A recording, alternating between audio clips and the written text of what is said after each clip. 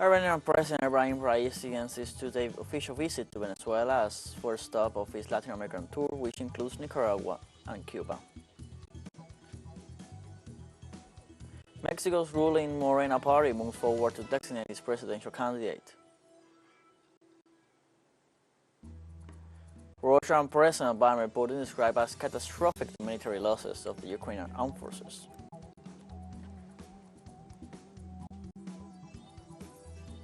Hello, welcome to From the South. I'm Luis Alberto Matos from the teleSUR studios in Havana, Cuba. We begin with the news. Iranian President Raisi ended his two-day official visit to Venezuela on Tuesday. After holding a meeting with the Venezuelan youth, the Iranian president went to the FTS International Airport accompanied by Venezuela's Foreign Minister Ivan Hill and part of the diplomatic corps. During his visit, the Persian head of state thanked the Venezuelan people for their hospitality and described as positive the balance of his work agenda, which was characterized by the expansion of agreement at the highest level and the strengthening of bilateral ties. The Iranian arrived in Caracas on Monday as a first stop of a Latin American tour, which also includes Nicaragua and Cuba. President Nicolas Maduro celebrated friendship with Iran as well as the bilateral cooperation of both countries during a visit which highlighted the signing of some 25 bilateral cooperation agreements. I could witness this a year ago when I was on an official visit in Iran. It is outstanding.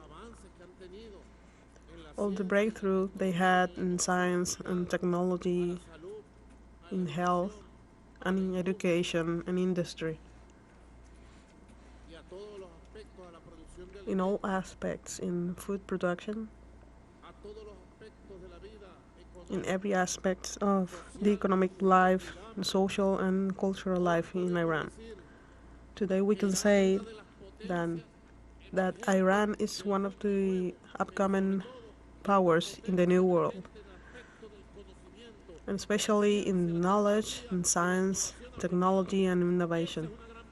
That's the greatest truth. Meanwhile, the Venezuelan president stressed that the success of President Raisi's administration is due to his nation's revolutionary values and love for the homeland. And how did they manage this? They did so with effort, with work, with methods and disciplines, with dedication, education. They did so with love for the homeland, which is the greatest value that the youth can have, to love their homeland, their history. And that love, Mr. President, is that our youth have today. Our beautiful youth have an outstanding love for the history of our homeland, our fight. It is a youth with greater revolutionary values. For his part, President Raisi referred to characteristics imperialism has and the tools it uses to wield power over the rest of the world, such as media and the abuse of human rights.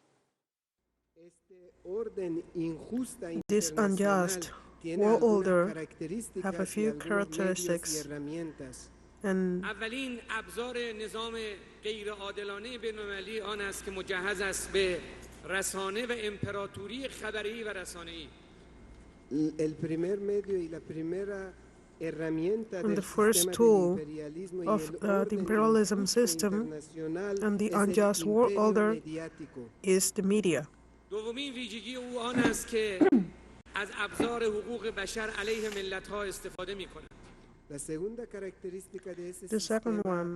second characteristic of this system is to abuse and seize of human rights against the people. میلیون‌ها نفر در عراق و افغانستان کشته شدند. نیروهای امریکا اونجا حضور داشتند و بسیاری از تخریب‌ها، کشتارها به دست اونها انجام شد. And millions of people lost their life in Iraq and Afghanistan, where the U.S. troops were present and were directly involved in death and destruction in these countries. Visiting Iranian President Ibrahim Raisi also referred to economic sanctions when referring to the tools imperialism uses to exert power all over the world. The sixth tool of the unjust world order is sanctions and threats against countries. Any country that wants to live independently, they sanction them. ایران در مقابل باجخواهی امریکایی‌ها و نظام سلطه ایستاده است و او را 44 ساله که تحریم کردند. Iran have stand firm against the demands, illegitimate demands of the imperialism for the last 44 years. ولی ملت بزرگ ایران از تهدیدها و تحریم‌ها برای خود فرصت ساخته است و از این فرصت در جهت پیشرفت ملت ایران استفاده کرده است. But the great people of Iran have turned these threats and sanctions, they turned them in opportunities and seized these opportunities to move forward. هفتمین ابزاری که نظام بین‌المللی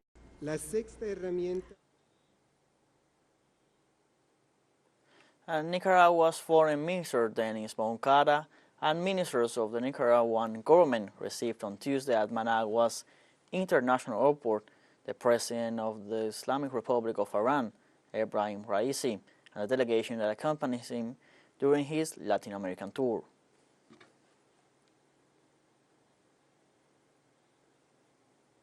In Mexico, the ruling National Regeneration Movement Morena party is moving forward with preparations to define its presidential candidate.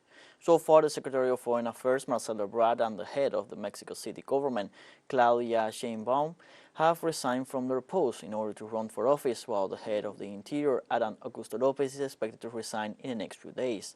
Other aspirants to the candidacy, such as Senators Ricardo Monreal and Manuel Velasco, will also request permission to be absent from the upper chamber, while Deputy Gerardo Fernández Noroña will do the same to participate in the internal process of Morena. Several polls place Sheinbaum in the lead to become Morena's candidate for the presidential elections of June 2024, while Ebrard is in second place. Mexican President Andrés Manuel López Obrador designated on Tuesday diplomat Alicia Bárcena as new Secretary of Foreign Affairs. During his morning conference at the National Palace, President Andrés Manuel López Obrador informed that Bárcena, Mexico's current ambassador to Chile, will take over the foreign affairs post vacated by her predecessor Marcelo Ebrard. Under Secretaries of Foreign Affairs Carmen Moreno will be acting secretary during the 10 days Bárcena needs to get ready for her new responsibilities. The Mexican president pointed out that Bárcena has a very extensive career as a diplomat with the needed conditions and principles to hold the Secretariat of Foreign Affairs. In Argentina, social movements and teachers in the province of Jujuy mobilized in rejection of the criminalization of protests by local authorities. The massive mobilization is part of a teachers' strike that has been going on for an indefinite period of time since last week. The teachers and education workers denounced the criminalization of social protests and labor precariousness. The mobilized people reject a decree that establishes a fine for those who are occupying a public space, disturbing order. Dissatisfied sectors denounced that the approval of the decree was in the midst of the mobilization of teachers who demand a salary improvement. Let's take a short break, but remember you can join us on TikTok at teleSUR English, where you will find news in different formats, news updates, and much more. All the stories coming up. Stay with us.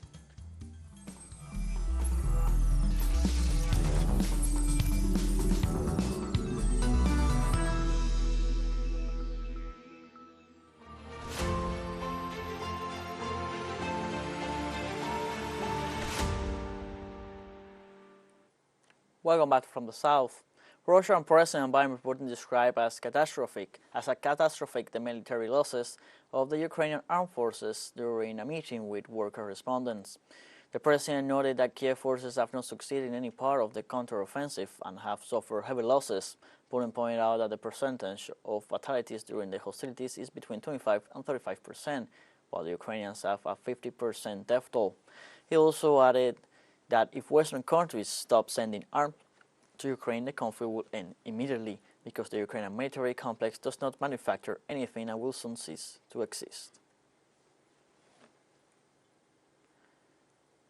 In this context, the Russian president spoke about the possibility of creating an exclusive zone between Ukrainian and Russian territory and said that a martial law in Russia has not been considered since it is not necessary to send more soldiers to the fighting zone. And if this continues, then apparently we will have to consider the question. I say this very carefully. To create some kind of zone on the territory of Ukraine at such a distance from which it would be impossible to access our territory, but this is a separate issue. I'm not saying that tomorrow we're going to start this work. We have to see how this situation develops. But in general, throughout the country, to introduce some kind of a special regime, a martial law, it doesn't make any sense. Today, it is not necessary. We need to work more carefully on some issues. On this, I agree with you. Claimed on Tuesday that the country's army attacked Ukrainian operational reserves and a depot with foreign-made weapons and other ammunition. The ministry also released a video showing what it claimed were Western tanks and armored vehicles captured by Russian forces in the Zaporizhia region. Tonight, the Russian aerospace forces carried out massive strikes with long-range precision-guided air-launched weapons at places where operational reserves of the armed forces of Ukraine are concentrated, as well as an ammunition depot and foreign-made weapons. All assigned targets have been hit. The aim has been reached. The International Atomic Energy Agency's Director General Rafael Grossi said on Tuesday that the Zaporizhia nuclear power plant, Europe's largest, faces a serious situation. He also said that he was concerned about the plant potentially getting caught in combat as Ukraine launches the beginnings of a counteroffensive to try to retake more territory from Russia. I'm very concerned because, of course, this is a zone and you are well informed about the situation in general. This is or quite close to the plant. There is active combat, so we are worrying that there could be, obviously, mathematically, the possibilities of a hit. We had those without any counter-offensive, so all the more so now that we have all these combats in the area that this could happen.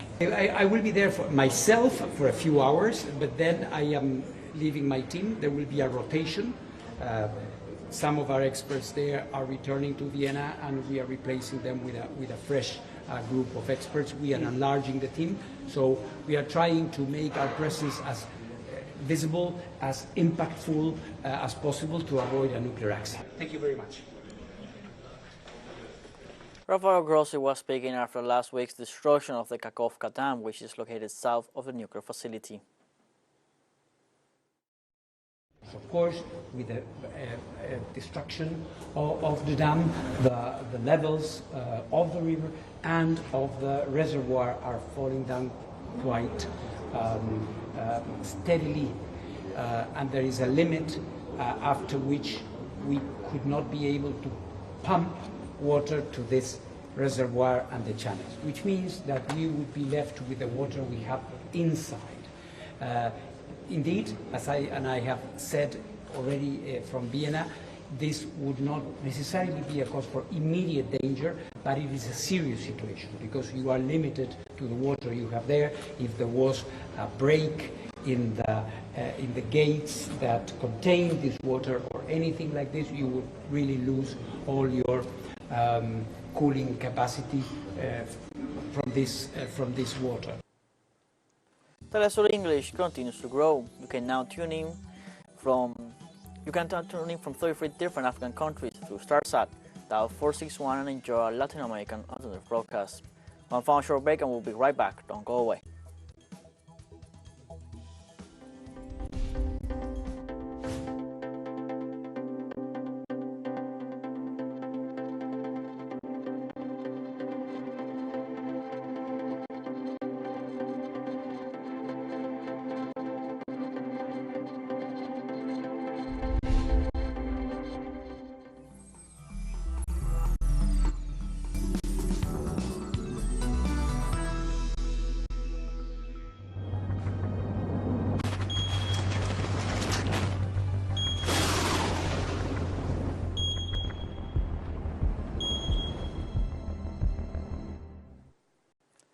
Welcome back from the south. Preparations are underway in India and Pakistan on Tuesday ahead of forecasts for the arrival of the cyclone Biparjoy. The first severe weather event of this year is expected to hit their coastal regions later this week. Authorities have evacuated about 40,000 of the nearly 100,000 people expected to be evacuated, deployed rescue personnel and closed beach areas. The main precautions are being taken in Karachi province in Pakistan and two of India's largest ports, Mundra and Kandla, in the state of Gujarat on the Arabian Sea coast. The cyclone is forecast to make landfall on Thursday and could reach maximum wind speeds of up to 200 kilometers per hour.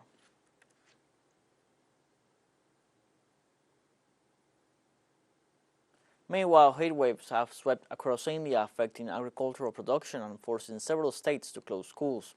Temperatures exceeded 40 degrees Celsius in some northwestern and eastern states, with that of Delhi climbing to 43 degrees Celsius. Temperatures in Uttar Pradesh and Haryana reached 42 degrees Celsius and Rajasthan reached 41 degrees Celsius. In this context, the output of rice, fruits, vegetables, and other crops has dropped as a consequence of the high temperatures. Likewise, many agricultural products fall due to the overheating weather and the lack of adequate infrastructure such as cold chain during transportation. The high temperature is also challenging the Indian Electricity Department. The demand for electricity has increased by 10% to 20% compared with the same period last year. Russia's support for Syria is not limited to the political, economic and military fields, but also extends to the humanitarian sphere, which has been hard hit by the aftermath of the war, the blockade and the recent earthquake. A contribution that this June was consolidated with new assistance packages offered to the Syrian people in the different provinces of the country. Let's see.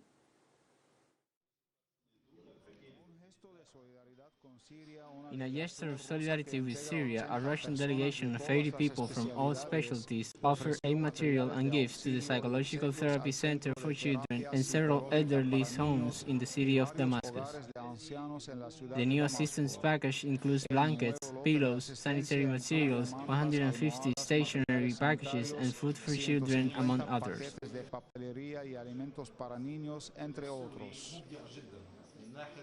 A large Russian delegation is working on the distribution of the goods in the different Syrian provinces.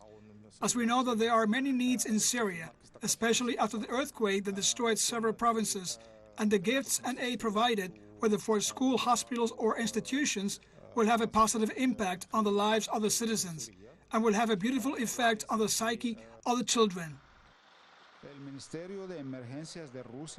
The Russian Ministry of Emergencies also delivered 8 tons of rescue and firefighting equipment to the fire department in Damascus,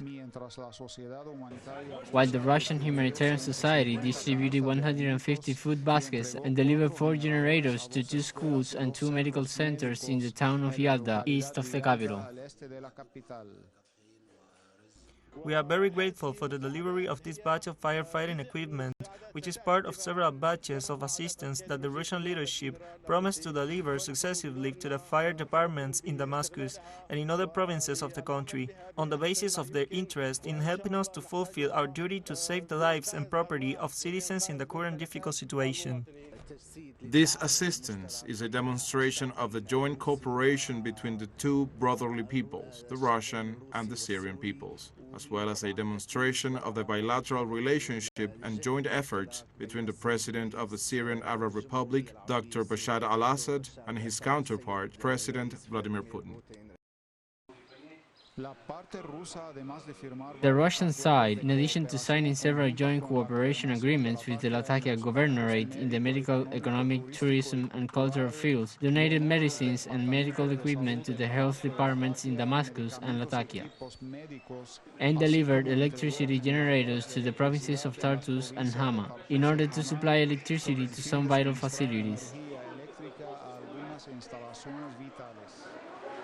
We are very grateful for the medical aid offered to us by our Russian brothers because, due to the blockade and the aftermath of the war and the earthquake, we suffered the lack of many equipment, medicines and medical supplies.